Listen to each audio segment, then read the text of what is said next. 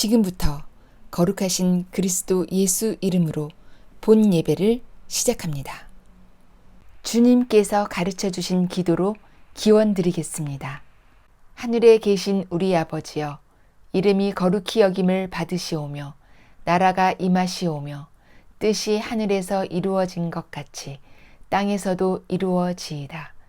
오늘 우리에게 일용할 양식을 주시옵고 우리가 우리에게 죄 지은 자를 사하여 준 것 같이 우리 죄를 사하여 주시옵고 우리를 시험에 들게 하지 마시옵고 다만 악에서 구하시옵소서. 나라와 권세와 영광이 아버지께 영원히 있사옵나이다. 아멘. 영광송 함께 부르시겠습니다.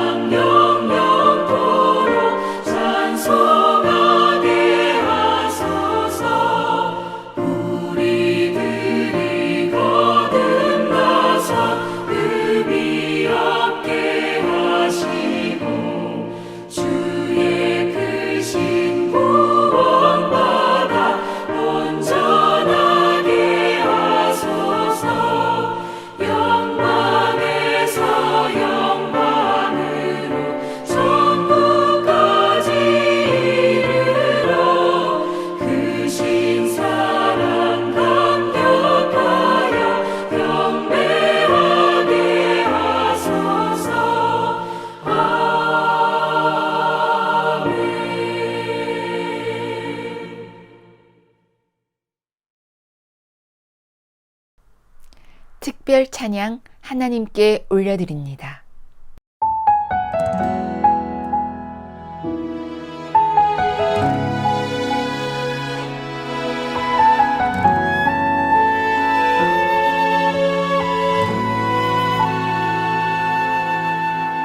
이 세상을 살아가는 동안에 나의 힘을 의지할 수 없으니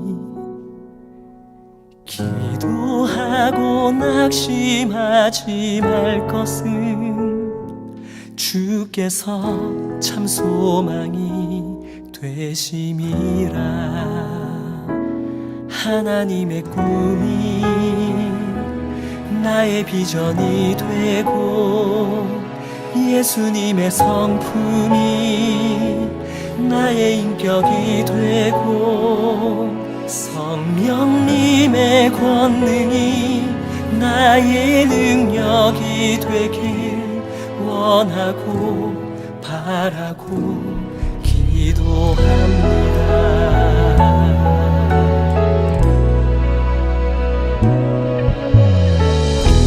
세상을 살아가는 동안에 나의 힘을 의지할 수 없으니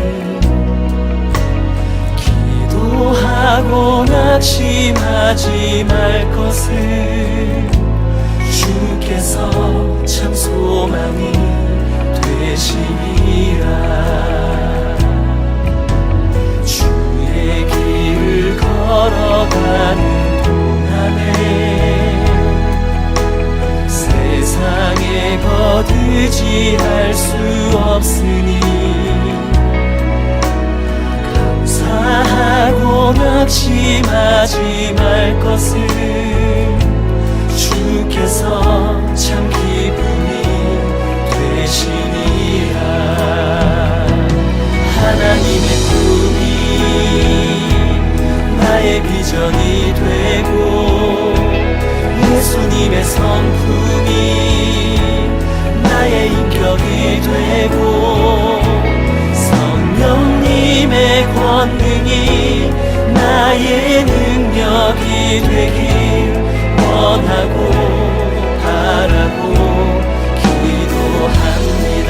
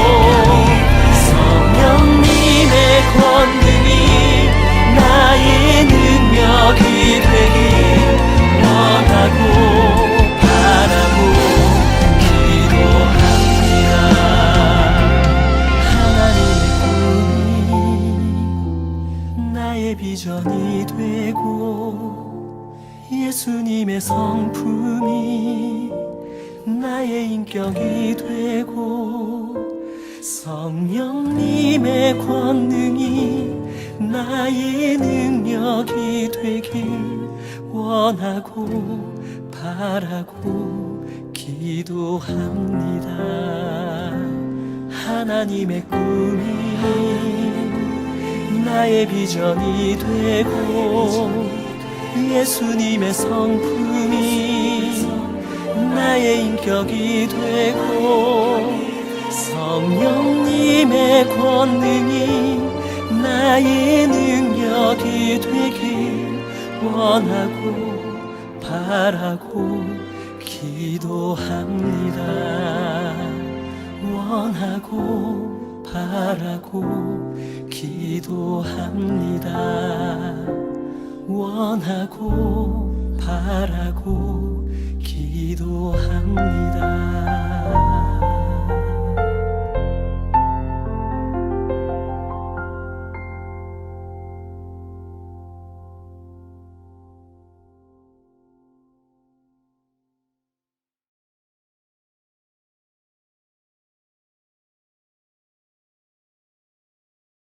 생명의 말씀 시간입니다. 샬롬, 주님의 평화로 문안드립니다. 오늘 함께 은혜 나누실 말씀의 제목은 여호와시고 예수이신 하나님, 그 세 번째 시간입니다. 본문은 누가복음 15장 29절에서 31절 제가 봉독해 드리겠습니다. 아버지께 대답하여 이르되 내가 여러 해 아버지를 섬겨 명을 어김이 없거늘 내게는 염소 새끼라도 주어 나와 내 벗으로 즐기게 하신 일이 없더니 아버지의 살림을 창녀들과 함께 삼켜버린 이 아들이 돌아오매 이를 위하여 살진 송아지를 잡으셨나이다. 아버지가 이르되 예 너는 항상 나와 함께 있으니 내 것이 다 내 것이로되. 아멘. 오늘은 여호와시고 예수이신 하나님 그 마지막 편에 대해서 말씀드리겠습니다. 오늘 본문은 지난 시간 말씀과 연관하여 신약에서 상고해 보도록 하겠습니다. 우리가 유대인이라고 말하는 그 유대인은 그 율법을 지키는, 율법을 아주 최고로 여기는 그 정통 유대인을 말하고 있습니다. 그 유대인과 또 이방인이라고 하는 그 기독교인이 참 하나가 되는 이러한 것은 쉽지 않은 것 같습니다. 지금 또 여호와의 그 율법을 최고로 여기고 강조하는 그러한 지역에서 예수 이름을 전하게 되면 핍박을 받습니다. 물론 예수를 받아들이고 예수를 믿는 그러한 유대인들도 있습니다. 그러나 그 수는 굉장히 극소수에 불과합니다. 언제까지 이런 관계가 지속되어야 하는 것일까요? 성경을 통해서 보면 율법을 지키고 가장 중요하게 여기고 그 율법을 고수하는 정통 유대인과 예수로 인해서 예수의 은혜로 구원받은 이 이방인들 이 관계가 화목하기가 쉽지 않다라는 것입니다. 이러한 관계를 오늘 본문 누가복음에서 잘 묘사를 하고 있습니다. 누가복음 15장 11절에서 32절에 나오는 이 탕자의 비유인데요. 여러분들께서 잘 아시는 이 탕자의 비유가 어떠한 상황에서 어떠한 배경에서 이 비유를 예수님께서 하셨던 것일까요? 그것을 알아야 이 탕자의 비유를 정확하게 해석할 수가 있습니다. 이 탕자의 비유가 나오게 된 배경은 바로 이 누가복음 15장 1절에서 2절 가장 처음에 이제 그 상황이 나오는데요. 제가 읽어드리겠습니다. 누가복음 15장 1절에서 2절. 모든 세리와 죄인들이 말씀을 들으러 가까이 나오니 바리새인과 서기관들이 수군거려 이르되 이 사람이 죄인을 영접하고 음식을 같이 먹는다 하더라. 이 누가복음 15장 1절에서 2절에 나오는 세리와 죄인 그리고 바리새인과 서기관이 나옵니다. 그러니까 바리새인과 서기관들이 예수님이 지금 그 세리와 죄인들을 영접하고 같이 식사를 하신다라고 해서 지금 수군거리고 있는, 비난하고 있는 어떤 그런 내용이 되겠습니다. 바리새인과 서기관들은 누구입니까? 바로 그 율법을 아주 철저히 지키고 또 가르치는 그런 사람들입니다. 이 유대 사회에서 아주 지도층으로 구분되는 그러한 사람들인데요. 이러한 사람들이 지금 죄인들 또 세리들과 함께 예수님이 식사를 하시는 것에 대해서 굉장히 지금 불평하고 있는 그러한 내용이 이 누가복음 15장 서두에 나오는 것입니다. 그러니까 이 첫 구절을 통해서 지금 누구에게 이 비유를 들고 계시는지를 알 수 있다라는 것입니다. 그래서 이른 양 비유, 또 이른 드라크마 비유를 하시면서 이제 탕자의 비유를 하시는데요. 그러니까 이 큰아들과 둘째 아들의 비유는 이 큰아들은 바리새인과 서기관들을 비유하고 있고 이 둘째 아들은 이 죄인들, 세리들 이러한 사람들을 비유하고 있다라고 우리가 알 수가 있습니다. 이 탕자의 비유에서 알 수 있는 것은 이 큰아들은 아버지에 대해서 어떻게 생각했을까요?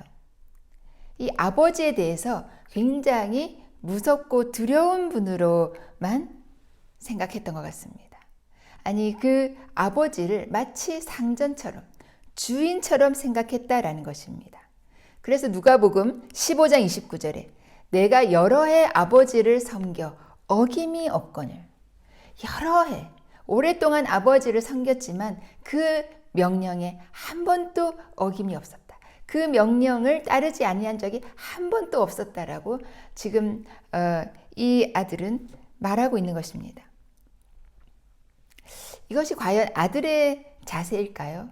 물론 참으로 착하고 정말 신실한 그런 아들이죠. 그러나 아들이라면 이러한 명에 한 번도 어김이 없었다라고 이렇게 말하지는 않을 것입니다. 아들은 어떻습니까? 오히려 이 둘째처럼 아버지의 재산이 자기가 받아야 될 상속분이라고 지금 당당하게 요구하고 있습니다. 12절에 아버지여, 아버지의 재산 중에서 내게 돌아올 분깃을 내게 주소서. 당연히 지금 주셔야 할 것을 달라고 지금 요구하고 있는 것입니다. 둘째는 자기에게 허락된 그 상속분은 자기의 것이라고 생각했습니다. 이렇게 상속을 당당하게 요구할 수 있는 사람이 하인이겠습니까? 종이겠습니까? 아닙니다. 아들이기 때문에 그렇게 당당히 요구할 수 있는 것입니다. 이에 비해서 큰아들은 누가복음 15장 29절 하반절에 아버지의 명을 어김이 없었거늘 내게는 염소 새끼라도 주어 내 벗으로 즐기게 하신 일이 없더니라고 불평하고 있습니다. 그러니까 아버지의 명을 한 번도 어기지 않았지만 아버지는 내게 염소 새끼 한 마리 주지 않았다, 잡아주지 않았다라고 지금 불평하고 있는데요. 성경을 정확하게 보시면 누가복음 15장 12절에 그 살림을, 아버지의 살림을 각각 나누어 주었다라고 되어 있습니다. 이미 그 분깃에 대해서 분명히 구분해 놓으셨다라는 것입니다. 이미 각각 나누어 주었다라고 했으니 이미 자기의 그 분량은 받은 것입니다. 그런데 왜 큰아들은 이렇게 불평하고 있는 것일까요? 자신은 그렇게 아버지에 대해서 그 명령에 한 번 어김없이 이렇게 따르고 복종했건만 저 아들은 허랑방탕 아버지의 재산 다 장녀들과 다 탕진하고 이제 돌아와서 아버지의 그 사랑을 받고 있으니 아버지가 베푸시는 그 잔치 자리에 떡하니 앉아서 그 잔치상 받고 있으니 이 아들은 기분이 나쁘다라는 것이죠. 그렇게 하는 것이 공평하지 않다라고 지금 아버지에게 불평하고 있는 것입니다.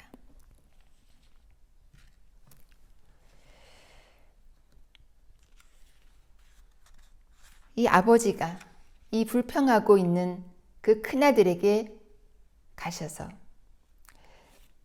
내 것이 다 내 것이오늘 그 잃었다가 그 죽은 줄 알았던 그 동생이 돌아와서 이 잔치를 베풀고 있는 것에 대해서 이렇게 이해하지 못하느냐라는 그런 말씀을 하십니다. 그러니까 굉장히 난처해 하시며 설득하고 있는 어떤 그러한 장면이지 않겠습니까? 그렇다면 큰아들의 문제는 무엇이고 둘째 아들, 탕자의 문제는 무엇이었겠습니까? 이 큰아들은 자신에 대해서 마치 종으로 하인처럼 그렇게 여겼다라는 것입니다. 이 큰아들은 자신에 대해서 아버지의 그 사랑을 더 받고 있음에도 불구하고 아버지가 자신의 몫을 더 많이 생각하고 있음에도 불구하고 자신은 그저 율법 지키는 데만 그냥 율법에 매여 마치 종처럼 살고 있다라는 것입니다. 그러니까 아들의 권리를 제대로 사용하지 않고 있다라는 것이 바로 큰아들의 문제였습니다. 그렇다면 둘째 아들의 문제는 무엇입니까? 둘째는 아버지에게, 형에게 아무 할 말이 없습니다. 아무 말할 수가 없습니다. 그가 아버지의 것으로 다 탕진하고 그 죄 가운데 살면서 얼마나 허랑방탕한 삶을 살다가 돌아왔습니까? 그러니까 이제 그 둘째 아들이 할 수 있는 말은 저를 단지 품꾼의 하나로 보소서. 마치 종처럼 그렇게 저를 사용하소서라는 어떤 그러한 고백, 그러한 어떤 자세가 필요하지 않았겠습니까? 그리고 그는 그렇게 또 말을 했습니다. 그러나 이 둘째가 실수한 것이 있다라면 형에게도 찾아가서 그동안 아버지를 섬겨 이렇게 수고하였으니 이제는 제가 정말 아버지를 정말 섬겨서 그렇게 일하겠습니다. 형은 이제 좀 편히 쉬소서라는 어떤 그런 표현이 오고 갔어야 하지 않을까라는 생각을 해봅니다. 제 개인적인 이야기를 잠시 하겠는데요. 저는 목사님이신 이제 아버지에 대해서 어릴 때부터 아빠라던가 아버지라던가 이런 호칭을 불러본 적이 별로 없는 것 같습니다. 최근에는 아버지라고 자주 부르고 있는데요. 그러나 늘 마음속으로는 또 목사님, 좀 어려운 어떤 그런 마음이 좀 있습니다. 어쨌든 어릴 때부터 늘 그렇게 목회로 바쁘시고 선교로 바쁘셨기 때문에 아버지와 함께 했던 그런 추억이 그렇게 많지 않습니다. 그러니까 입학식이든 졸업식이든 한 번도 오신 적이 없습니다. 아니, 못 오셨습니다. 그리고 제가 이제 초등학교 다닐 때 그때는 국민학교죠. 그 초등학교 운동회가 이제 봄가을로 있었는데 정말 한 번도 못 오셨는데 그 지나가시다가 잠깐 시간이 돼서 들으신 적이 있습니다. 저는 그 사실만으로도 너무나 감격하고 감동했던 그러한 기억이 나는데요. 그러고 나서 제가 이제 대학을 졸업하고 선교부에서 일을 하면서 이제 그때부터는 목사님이자 또 직장 상사 같은 어떤 그런 분으로 생각했던 것 같습니다. 언젠가 이제 책 출판을 위해서 컴퓨터를 구입했어야 했는데요. 근데 제가 실수로 잘못 그 컴퓨터를 구입하게 됐습니다. 출판을 할 때는 그 매킨토시라는 지금 맥 컴퓨터가 필요했다라는 것을 제가 모르고 일반 이제 PC를 구입하게 됐는데요. 20년 전 컴퓨터 가격이지만 그때 그 당시로 저는 굉장히 그 큰 금액을 손해를 끼쳤다라는 그런 생각에 너무 괴로워했습니다. 이게 공적인 재정이기 때문에 그 교회 재정에 손해를 끼친 것에 대해서 너무나 힘들어하고 정말 하늘을 보면서 하염없이 울었던 그런 기억이 있는데요. 지금 제가 돌이켜 생각해 보면 그때 아버지시라면 충분히 제가 이렇게 실수를 했노라고 했어도 컴퓨터를 한 대 더 사주실 수도 있고 충분히 그만한 능력이 되셨습니다. 그랬는데 왜 저는 아버지께 그렇게 말하지도 못하고 속으로 그렇게 끙끙 앓다가 괴로워했었는지 지금 생각해보면 참 어이가 없게 느껴지는데요. 어쨌든 그 교회 재정에 굉장히 철저하신 그 아버지를 실망시켜 드리는 것에 대해서 너무나 그 죄송한 마음에 제가 그렇게 생각을 했었습니다. 저는 오늘 이 탕자의 비유를 보면서 마치 이 큰아들의 모습이 제 모습이 아닌가라는 생각을 해보았습니다.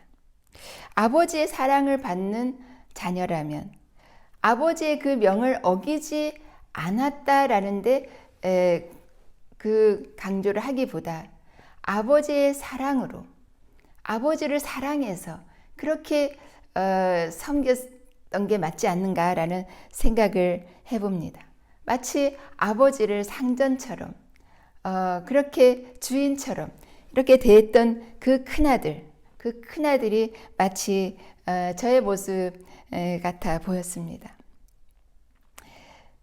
이 큰아들은 스스로 종이 되어서 정말 그 명령을 지키는 것에만 최선을 다했지 하나님이 어떤 분이고 아버지가 어떤 분이고 아버지의 사랑이 얼마나 크신 것인가를 잘 알지 못했다라는 것입니다.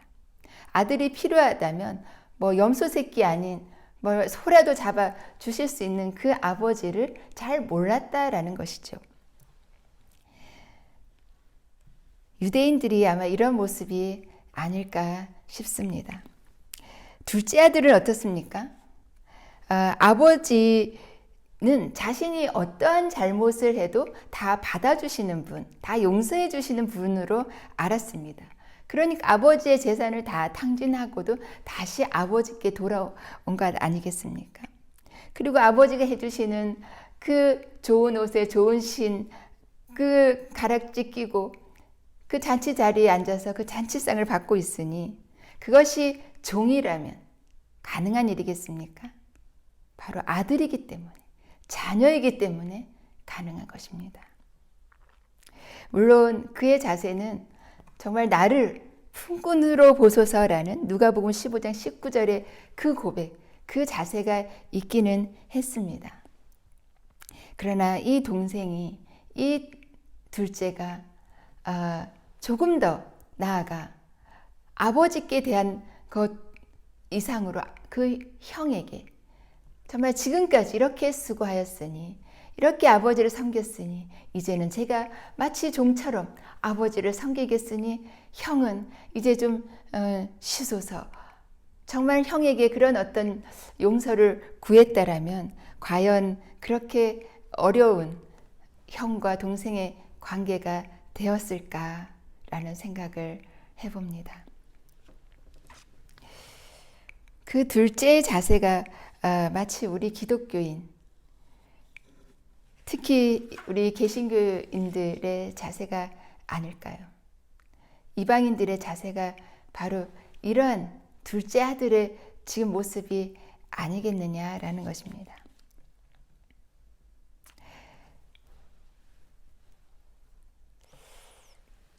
아버지가 정말 그 큰 아들과 둘째를 바라볼 때에 참 어떠한 마음이셨을까요? 이 두 아들을 대하는 그 아버지의 마음을 한번 헤아려 보시기 바랍니다. 그 둘째에게 했던 그 잔치로 이 불평하는 큰아들에게 난처해하시며 설득하고 있는 그 아버지의 모습을 통해서 물론 그 큰아들이 아버지의 명을 그렇게 지키며 아버지를 섬기는 그 아들이 너무나 귀하고 사랑스럽지만 그러나 죽은 것 같던 자식이 또 잃었던 것 같은 그 아들이 돌아오니 내가 이렇게 기쁘구나. 그래서 이렇게 잔치를 베풀고 있다라는 것을 그 큰아들이 이해를 해주었으면 얼마나 좋았을까요? 우리 아버지 하나님의 마음이 이같지 않겠습니까? 유대와 이방인 이렇게 서로 마치 원수가 된 것처럼 이렇게 살고 있는 마치 다른 자식인 것 같이 살고 있는 그런 모습을 바라보시는 하나님의 마음이 어떻겠느냐라는 것입니다. 우리 오늘 그 아버지의 마음, 하나님 아버지의 마음을 헤아려 보시는 그러한 시간이 되셨기를 바랍니다. 오늘 이제 여호와시고 예수이신 그 하나님에 대한 말씀을 이제 마치도록 하겠습니다. 우리가 과연 그 아버지 하나님의 마음을 알아서 그 마음을 시원케 해드렸는지, 아니면 참으로 난처하게 해드리고 불편하게 해드렸는지, 우리 한번 우리 자신을 돌아보시고요. 우리가 서로 형제간 화목하셔서 하나님 아버지의 마음을 편케 해드리는 저희들 모두 되시기를 주님의 이름으로 축복합니다. 축복합니다. 기도드리겠습니다. 하나님 아버지, 오늘 말씀을 통해서 우리가 진정 하나님께서 원하시는 그러한 삶을 살았는지 돌이켜 봅니다. 그러나 저희들 마치 큰아들 같고 둘째 아들 같아서 아버지의 마음을 불편하게 해드린 적이 얼마나 많았습니까? 저희를 용서하여 주시옵소서. 아버지 하나님의 마음은 첫째와 둘째 모두를 다 사랑하신다는 것을 깨닫고, 첫째는 둘째를 품고 둘째는 또 첫째에게 감사함으로 서로가 서로를 위하고 용납하여 화목하기를 원합니다. 그리하여서 한 형제 자매 되어 하나님 나라에 함께 들어가는 저희들 다 되게 하여 주시옵소서. 예수 그리스도의 이름으로 간절히 기도드립니다. 아멘. 아멘. 찬송 부르시겠습니다.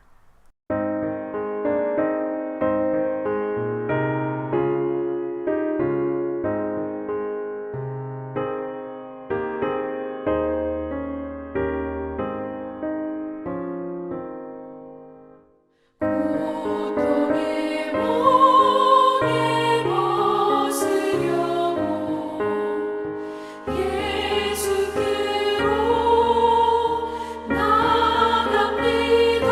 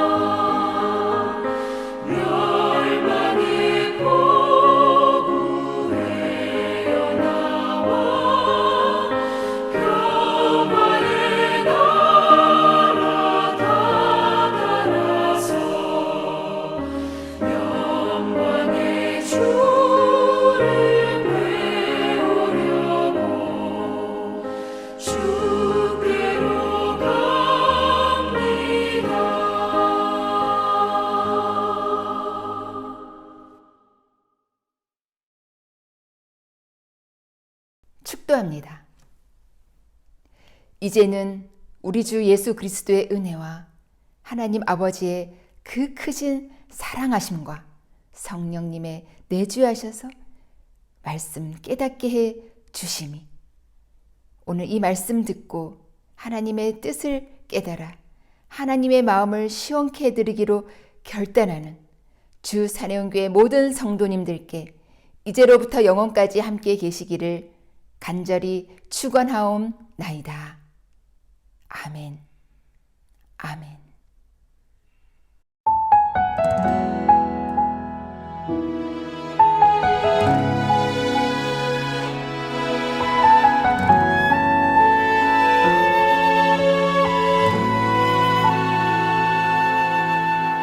이 세상을 살아가는 동안에 나의 힘을 의지할 수 없으니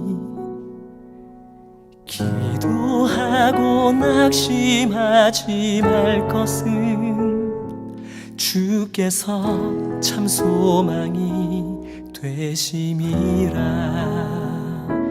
하나님의 꿈이 나의 비전이 되고 예수님의 성품이 나의 인격이 되고 성령님의 권능이 나의 능력이 되길 원하고 바라고 기도합니다.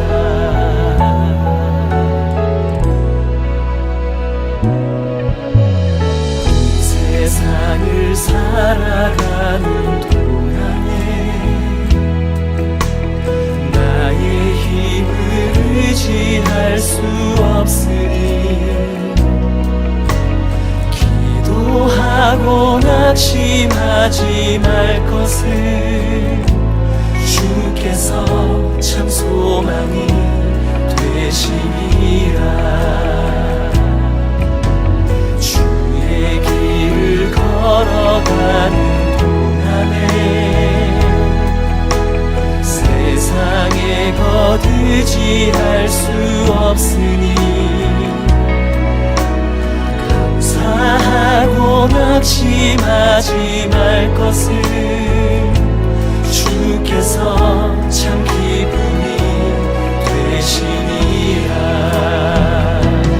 하나님의 꿈이